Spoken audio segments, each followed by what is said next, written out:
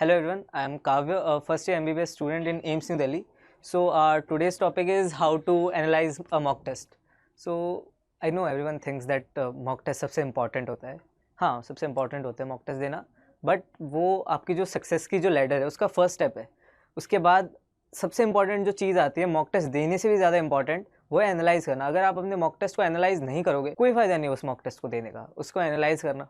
उसके बाद भी एक इम्पॉर्टेंट चीज़ है वो है उसको अप्लाई करना. एनालाइज करके अगर आप बैठ गए कोई फ़ायदा नहीं है ना, अप्लाई भी करना पड़ेगा. First of all how to analyse a mock test. आपको पहला एक पेपर लेना है, उस पर ऐसा एक चार्ट बना देना है. लेट्स से आपके मॉक टेस्ट में हाँ फर्स्ट ऑफ ऑल चार्ट में आपको लिखना है राइट, रॉन्ग, अनअटेम्प्टेड, आपकी स्ट्रेंथ और वीकनेस. मान लो लेट्स से आपके फिजिक्स में 40 राइट हुए, आपने 3 रॉन्ग कर दिए, 2 अटेम्प्टेड थे. केमिस्ट्री 41 राइट हुए, ये 2, ये भी 2. I am doing it randomly. So zoology में अगेन 42 3 0 43 2 1 1. सो ये मान लो आपने ऐसा भरा अपने पेपर के बाद. सो अब आपको इसमें ये एनालाइज करना है कि मैंने फिजिक्स का पेपर दिया. लेट से आप पूरा नहीं पढ़ के गए थे तो उसमें से कोई आपने फॉर एग्जांपल कोई भी चैप्टर छोड़ दिया, मॉडर्न फिजिक्स का कोई भी डुअल नेचर ऑफ लाइट छोड़ दिया. उसमें से आपके 2 क्वेश्चन आए, आपने 2 अनअटेम्प्टेड रख दिए. सो ऑल्दो आपने अनअटेम्प्टेड रखे उसको, बट इट डजेंट मीन ना कि वो सही हो जाते है. तो ऑल्दो वो रॉन्ग में ही करेक्ट. तो रेक्टिफाई अपन दोनों को करना है. ये चीज़ें फिलहाल आप भूल जाओ. सबसे ज़्यादा इंपॉर्टेंट है ये वाला टॉपिक. ये वाला जो बॉक्स है वो सबसे इंपॉर्टेंट है कि जो आपके क्वेश्चंस रॉन्ग हो रहे हैं आपको सबसे पहले उन्हें सुधारना है. सो मान लो आपका जो भी 3 क्वेश्चन रॉन्ग हुए उसमें आपको देखना है कि अच्छा ये जो टॉपिक था ये रीज़न क्या था मेरा गलत होने का. अगर वो रॉन्ग हुआ है, देखो अनअटेम्प्टेड तो बेसिकली सिंपली मीन्स कि आपने वो अटेम्प्ट ही नहीं किया, वो आपको आता ही नहीं है, आपको उसका कोई आइडिया ही नहीं है. रॉन्ग हुआ मतलब आपको आइडिया तो था बट गलती हुई कहाँ पे. तो आप अपनी वीकनेसेस में यू हैव टू राइट कि अच्छा ये वाला जो टॉपिक था डुअल नेचर में से मेरे ये वीकनेस है, ये मेरी वीकनेस है, लेकिन उस चैप्टर में से ये मेरी स्ट्रेंथ है. जब आप एनालाइज करोगे फिजिक्स को तब आपको स्ट्रेंथ भी लिखना है. ऑल्दो ये जनरली लोग लिखते नहीं है बट ये भी इंपॉर्टेंट है. सो वो जो 3 क्वेश्चंस थे, लेट्स से आपका गलत करने का रीजन था सिली मिस्टेक. किस तरीके से सिली मिस्टेक आपको ये भी लिखना है. स्टूडेंट्स अगर आप कोई गलती कर रहे हो, मैं तो यही कहूँगा नीट से पहले मॉक टेस्ट में जितनी गलती कर सकते हो भर भर के गलतियाँ करो. मतलब ऐसा हो जाना चाहिए कि नई गलती हो ही नहीं रही है. सारी जितनी भी दुनिया में सारी गलतियाँ जो पॉसिबल है पेपर में हो सकती है सारी कर दो पहले ही, फिर उसको रेक्टिफाई करो ताकि नीट में आपकी कोई भी दिक्कत ना हो. नीट में अगर 650 और 720 के बीच में कोई डिफरेंस नहीं है, ये सेम ही है. 650 से 720 का जो पाथ है वो इस ग्रिड से होके ही जाता है. अगर आपको वो हटाना है तो आपको सिली मिस्टेक नाम की जो चीज़ है इसको जितना आप मिनिमाइज कर सको आपको वो करना है. Silly mistake can be any, कोई भी हो सकती है, किसी भी तरह की हो सकती है. मान लो हड़बड़ाहट में मैंने क्वेश्चन की वैल्यू गलत पढ़ ली. मेरे को वी दिया हुआ था और टाइम दिया हुआ था. दोनों की वैल्यू थी, इसकी थी 4 मीटर पर सेकेंड, इसकी थी 3 सेकंड. दोनों को उल्टा रख दिया, टाइम को वेलोसिटी की जगह रख दिया फॉर्मूला में, वेलोसिटी को टाइम में रख दिया, आंसर पूरा गलत आया. क्वेश्चन में कबाड़ा हो गया. वो सिली मिस्टेक हो सकती है. ये हो सकता है कि टाइम से मैनेज नहीं किया, लास्ट में क्वेश्चन छूट ही गया. अनअटेम्प्टेड में वो भी आ सकता है बट वो फिर कंप्लीट डिफरेंट स्टोरी है. सिली मिस्टेक ये हो गई. दूसरा, अगर मैं यूनिक तरह की सिली मिस्टेक्स करता था, क्वेश्चन सी गलत, पूरा क्वेश्चन गलत पढ़ दिया, लास्ट का क्वेश्चन हड़बड़ी में छूट ही गया, ध्यान ही नहीं रहा, क्वेश्चन दिया हुआ भी था वहाँ पे, एंड सॉल्व गलत कर दिया. 8/3 2. इतनी ज़्यादा हालत ख़राब है पेपर के टाइम पे कि 8/3 2 हो रहा है. 8 मतलब कुछ भी स्क्वायर, 8 का 2 का क्यूब 6. ये होता है पेपर में जब आप स्ट्रेस्ड होते हो. तो आपकी वीकनेसेस में सिली मिस्टेक नहीं आती है तो, बट स्टिल आपको एक अलग से ऑप्शन बनाना है सिली मिस्टेक का. साइड में, पेपर के साइड में आपको लिखना है इस पेपर में आपने सिली मिस्टेक कितनी अलग अलग वैरायटी की है. बहुत वैरायटी की होती है. मैं तो जब पेपर देता था तो बहुत यूनिक तरह की सिली मिस्टेक्स पता चलती थी. मेरी फ्रेंड्स की भी अलग ही भयंकर सिली मिस्टेक्स होती थी. तो आपको नोट डाउन करना है ये सिली मिस्टेक, ये रीज़न था. मान लो इस पेपर में 3 हुई आपकी सिली मिस्टेक्स. ये फिजिक्स का नहीं है, केमिस्ट्री, जूलॉजी, बॉटनी, सबका. जो सिली मिस्टेक्स हुई है पेपर से पहले अच्छे से पढ़ के जाना है कि अच्छा ये चीज़ें हुई थी, अगली बार ध्यान रखना है. अगली बार पेपर पलटने से पहले देखना है अच्छा कोई क्वेश्चन रह तो नहीं गया. अगली बार फॉर्मूला में पेपर जो वैल्यू पुट करने से पहले ये ध्यान रखना है अच्छा वी की जगह वी ही रख रहा हूँ ना, टाइम की वैल्यू तो नहीं रख रहा. अगली बार 2 का क्यूब करने से पहले ध्यान होना चाहिए क्यूब कर रहा हूँ मैं, मल्टीप्लाई नहीं कर रहा. सो आप जितना ज़्यादा उस टाइम पे प्रेजेंट रहोगे, सबसे ज़्यादा जैसे मैं बता देता हूँ, जूलॉजी में, बॉटनी में सबसे ज़्यादा गलती कहाँ होती है? क्वेश्चन पढ़ने में। नॉट इनकरेक्ट, करेक्ट, ये सब चीज़ों में गलती होती है। तो अगर आपकी इनमें सिली मिस्टेक हो रही है, मेजरली आपकी सिली मिस्टेक होगी गलत पढ़ना, तो अगली बार से सिली मिस्टेक को आप रेक्टिफाई कैसे करोगे इनका? अच्छे से उस चीज़ को पढ़ने से। क्वेश्चन आप बहुत अच्छे से पढ़ो, एकदम शांत दिमाग से पढ़ो, 2 सेकंड ज़्यादा लगेंगे लेकिन उससे कुछ फ़र्क नहीं पड़ेगा, आपका आंसर करेक्ट ही होगा। अगर आप गलत पढ़ने की वजह से यहाँ से उस क्वेश्चन को उठा के यहाँ ला रहे हो, रॉन्ग अगर आपका हो गया, सच बता रहा हूँ बहुत दर्द होता है, क्योंकि आपका जो सही हुआ है उसमें से वो नंबर खा के जाता है। अनअटेम्प्टेड तो छोड़ो, कुछ नहीं, मतलब नहीं किया। ये वाला क्या है, सही आ रहा था फिर भी हमने गलत कर दिया, अब उसकी वजह से जो स्कोर, जो हमारा आंसर हमने निकाला दूसरों में, उसमें से तुम्हारा वो खा के जाएगा रॉन्ग। सिली मिस्टेक्स इंप्रूव करनी है। मैं फिजिक्स का आपको एग्जांपल से बता रहा हूँ, बट आपको ये चीज़ सबके साथ करनी है। केमिस्ट्री, जूलॉजी, बॉटनी, सब में आपको स्ट्रेंथ लिखनी है, वीकनेस लिखनी है। आपकी जो भी, अब आपने लिख दिया, पूरा बना लिया, अब आपको अपनी वीकनेस सबसे पहले उठानी है और आपको देखना है, अच्छा ये वाला जो टॉपिक था ये तो मेरा पूरा वीक है क्योंकि मैंने पढ़ा नहीं। या तो आपका अनअटेम्प्टेड का रीज़न होगा वो, या तो फिर आपको कोई कॉन्सेप्ट ही, आपको वो कॉन्सेप्ट आपको लगता था आपको आता है बट वो नहीं आ रहा आपको सही से, तो आपने वीकनेस में उसको लिखा। और अब आप हर टेस्ट के बीच में, जनरली आई वुड रिकमेंड कि डेली टेस्ट नहीं दो, 1 से 2 दिन का बीच में गैप लो और उसमें आप अपनी वीकनेस रेक्टिफाई कर रहे हो, आप अपनी स्ट्रेंथ देख रहे हो, अच्छा हाँ ये मेरी स्ट्रेंथ है। नेक्स्ट टाइम आप जब भी वो 1-2 दिन बीच में गैप में आप रिवाइज कर रहे हो, आप स्ट्रेंथ को ऊपर ऊपर से देख लो कि अच्छा हाँ ये तो मेरी स्ट्रेंथ है, ये मुझे ठीक ठाक आता है, इसमें मुझे अपना टाइम देने की ज़रूरत नहीं है। वीकनेस में टाइम दिया, अब स्ट्रेंथ से क्या फ़ायदा होगा? नेक्स्ट टाइम आपने पेपर दिया, फिर से आपने एनालाइज किया, पता चला ये वाली स्ट्रेंथ थी वो तो उठ के वीकनेस में आ गई, तो आपको ये ध्यान रहेगा, अच्छा अब ये स्ट्रेंथ वीकनेस में चली गई है, मतलब मुझे इस पर भी ध्यान देना पड़ेगा।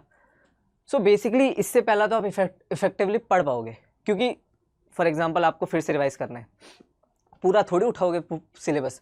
आप फिजिक्स पूरी मान लो रिवाइज करने बैठे, तो आपके दिमाग में होगा ना कि सबसे इम्पॉर्टेंट ये है, मुझे अपने टाइम का अराउंड 90% इसमें देना है। मैं सिलेबस उठा रहा हूँ रिवाइज करने के लिए, मुझे 90% इसमें देना है, मुझे सिर्फ 10% इसमें देना है। और अगर लास्ट में आते आते ऐसा है कि आप बहुत अच्छे हो गए पढ़ाई में, आपको मतलब आपकी जो स्ट्रेंथ है वो कांस्टेंट है, हमेशा बढ़ती ही जा रही है, आप विद टाइम, ट्रस्ट में, आप सिर्फ 5% टाइम दोगे इसको और उससे ज़्यादा ज़रूरत भी नहीं होगी। सो अगर इस तरह से आप पेपर पूरा एनालाइज करोगे, उसके बाद ही आई थिंक कुछ एफर्ट्स निकल पाएंगे, क्योंकि सिंपली टेस्ट दे के आगे उससे कुछ फ़ायदा नहीं होने वाला। और लास्ट टाइम में एक दिक्कत होती है दैट हमारा स्कोर आ रहा है 600, किसी का आ रहा है 700, 600 वाले को बुरा लगता है मेरे 700 क्यों नहीं आ रहे। अगर आप कोई ऐसा स्टूडेंट या कोई ऐसे इंसान से पूछो जिसको इस चीज़ के बारे में नॉलेज है, वो यही कहेगा 600 इज़ बेटर देन 700।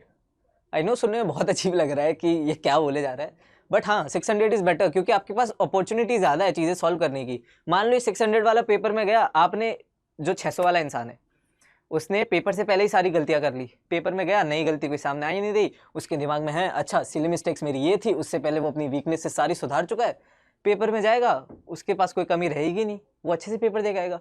700 वाला गया, वो नई सिली मिस्टेक करके आ रहा है, क्योंकि पेपर के टाइम तो उसकी सिली मिस्टेक होती ही नहीं थी, नीट के पेपर में सिली मिस्टेक करके आ गया। सो ये इंसान घाटे में। तो अभी अगर आप अच्छा, मैं ये नहीं कह रहा आप में से बहुत से होंगे जो अच्छा स्कोर कर रहे हैं, इसका मतलब ये नहीं खराब चल रहा है आपका, बट हाँ जो 600, 620 या उससे भी लो चल रहे हैं उनके पास एडवांटेज है खुद को इम्प्रूव करने का। सो आप इस चीज़ पे फोकस करो कि आप कितना ज़्यादा अभी लास्ट टाइम पे रिवाइज कर पाओ। अभी मॉक टेस्ट दिया, जो आपको टाइम मिलेगा, आपको एनालिसिस करने के बाद जो आपकी पढ़ाई होगी वो पूरा इस एनालिसिस, इस चार्ट के बेसिस पे होनी चाहिए कि अच्छा अब मैं उठाऊंगा फिजिक्स, रैंडमली नहीं पढ़ना है, वीकनेसेस का चार्ट तैयार है वहाँ से पढ़ो, स्ट्रेंथ आपके पास है उसको कम टाइम दो। क्योंकि जैसे स्टार्टिंग में जब मैंने बहुत से टेस्ट थे, 2-3 टेस्ट आई थिंक एनालाइज नहीं किए थे, majority of the test analyse किए थे, तो जिन टेस्ट में मैं एनालाइज नहीं करता था ना, उसके बाद जो मेरे को 2 दिन का टाइम मिलता था, जैसे मैं मंडे को टेस्ट दिया फिर अगला टेस्ट मेरा थर्सडे को, तो जो 2 दिन का टाइम होता था उस टाइम में एकदम ऐसे अलग ही खोया हुआ रहता था कि यार अब मैं इसमें करूँ तो करूँ क्या पेपर का। मेरे को तो ऐसा लगता था कि हाँ यार ये जो गलतियाँ हुई है वो मैं कंप्लीट कर लेता हूँ, जैसे तैसे कर लेता था, उसके बाद जो अगला पेपर होता था वो खराब जाता था। द ओनली रीज़न वाज मैं एनालाइज नहीं किया, वो जो 2 दिन मैं अपना टाइम, पता चला मैं अपनी स्ट्रेंथ को अपना 50-50 दे रहा था, मैं अपनी वीकनेस को भी उतना ही टाइम दे रहा हूँ, स्ट्रेंथ को भी उतना टाइम दे रहा हूँ। यार इसको इंप्रूव करके क्या कर लोगे तुम बताओ। जब जो क्वेश्चन आ रहे हैं तुम्हें, जो फिजिक्स में तुम्हारे क्वेश्चन आ रहे हैं, जो केमिस्ट्री में क्वेश्चन तुम्हारे आ रहे हैं, वो ऑलरेडी तुम्हारे स्ट्रॉन्ग है, तो तुम उसको और ज़्यादा 50% सेम अमाउंट ऑफ इंपॉर्टेंस दे के कुछ नहीं होने वाला उससे, आप अपना टाइम बर्बाद करोगे। तो try to give weaknesses more time. और हाईलाइट, एक अलग से एक और सेक्शन बनाओ हाईलाइट्स का, उसमें खुद को आप अपना एक स्कोर कार्ड काइंड ऑफ बनाओ एज अ थर्ड पर्सन। अगर आप कोई, मान लो आप खुद के टीचर हो, आप अगर खुद के टीचर होते तो आप इसमें क्या लिखते, अच्छा ये टेस्ट तो सिंपल था, ये टेस्ट मैंने बिना पढ़े दिया था, नहीं बिना पढ़े तो कहा, मतलब बिना पढ़े दिया था। मान लो ये टेस्ट में ना मैं बीमार पड़ गया था, ये टेस्ट से पहले मैं बहुत ज़्यादा स्ट्रेस था, इस पेपर के बीच में मैं बहुत ज़्यादा स्ट्रेस था, इस पेपर से पहले मैंने ये गलती कर दी। ये हाईलाइट्स बना के रखो। अगला टेस्ट जब आप देने जाओ, पहली बात तो जब आप रिवीजन करोगे, अब अगले टेस्ट के लिए जब पढ़ना स्टार्ट करोगे तब इसको लेके बैठना है।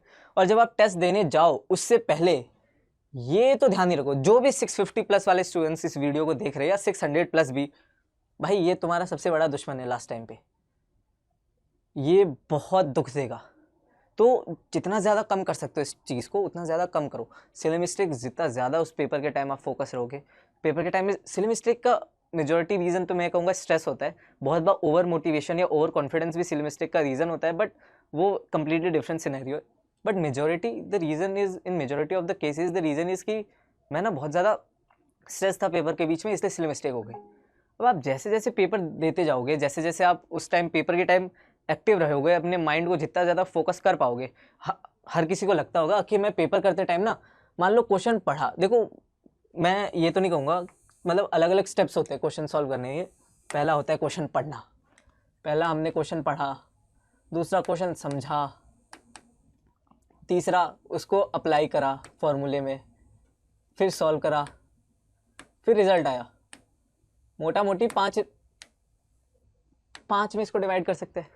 अब कहीं भी किसी भी स्टेप पे गलती हो सकती है। अब ये थोड़ी है कि आप हर एक स्टेप, हर एक क्वेश्चन करते टाइम, मान लो आपने कोई भी क्वेश्चन उठाया, ज़रूरी थोड़ी है कि उस क्वेश्चन में आप ये जो भी 5 पॉइंट है उनमें अपना 100% फोकस रहोगे। पता चला आप पढ़ते टाइम ना अपना दिमाग 70% ही फोकस रखते हो, बाकी के स्टेप करते टाइम आप 100% फोकस रहते हो। पता चला उसकी वजह से सिली मिस्टेक हो रही है, अगली बार जब आप करते रहोगे आपका माइंड एक्स्ट्रा अलर्ट होगा, अच्छा पिछली बार ये जो गलती हुई थी उसका रीज़न ये था क्योंकि यहाँ मैंने ज़्यादा फोकस नहीं किया, आपका फोकस बढ़ जाएगा उस टाइम पे। हमें लगता है कि हम हर एक पॉइंट पे 100% दे रहे अपना, नहीं देते, ये रियलिटी है। किसी ना किसी आप सॉल्व करते टाइम आप, हाँ मैथमेटिक्स है सॉल्व कर, फिजिक्स में ऑलरेडी, मतलब फिजिक्स हो गया, केमिस्ट्री हो गया, फिजिकल केमिस्ट्री, उसमें जो सॉल्व करने वाला पॉइंट आता है, या तो आपकी कैलकुलेशन बहुत अच्छी है तो आप एकदम रहते चिल रहते हो कि अच्छा हाँ यार ठीक है तो हो जाएगा, 2 का क्यूब आप 6 करके आओगे। तो अब अगली बार से जब भी आप सॉल्व करोगे आपको ध्यान रहेगा पिछली बार मैंने इतनी घटिया गलती की थी, मैंने फ्री के नंबर खो दिए, द ओनली रीज़न वाज ये गलती हो गई मुझसे। तो आप इस टाइम पे शायद आप 120% फोकस रहोगे। लास्ट में आपको टोटल भी लिखना है, मेरे इतने क्वेश्चन करेक्ट थे, मेरे 166 क्वेश्चन सही थे, मेरे 9 क्वेश्चन गलत थे, मेरे 5 क्वेश्चन मैंने छोड़ दिए। तो अगली बार से आपको ये ध्यान रहेगा ना कि हाँ ये ग्रेड बनाना है, ये वाला ऑल्दो उतना इंपॉर्टेंट नहीं है, इससे ऊपर वाला बहुत ज़्यादा इंपॉर्टेंट है। इसको देख के शायद आप डिमोटिवेट भी हो जाओ पेपर से पहले, या शायद मोटिवेट भी हो जाओ, एनालाइज करो अपना, बट एनालिसिस कहीं ना कहीं हेल्प करेगा, लेकिन सिर्फ एनालिसिस करके नहीं रुकना है, प्लीज़ इसके बाद भी आगे बढ़ो, इस चीज़ को अप्लाई करो अपनी स्ट्रेंथ को, अपनी वीकनेस को। अगेन टाइम का जो मैंने कॉन्सेप्ट बताया आपको उस चीज़ का भी ध्यान रखना है, and yeah it's complete. Thank you so much guys for watching this video, I hope it really helped, and thank you so much, bye.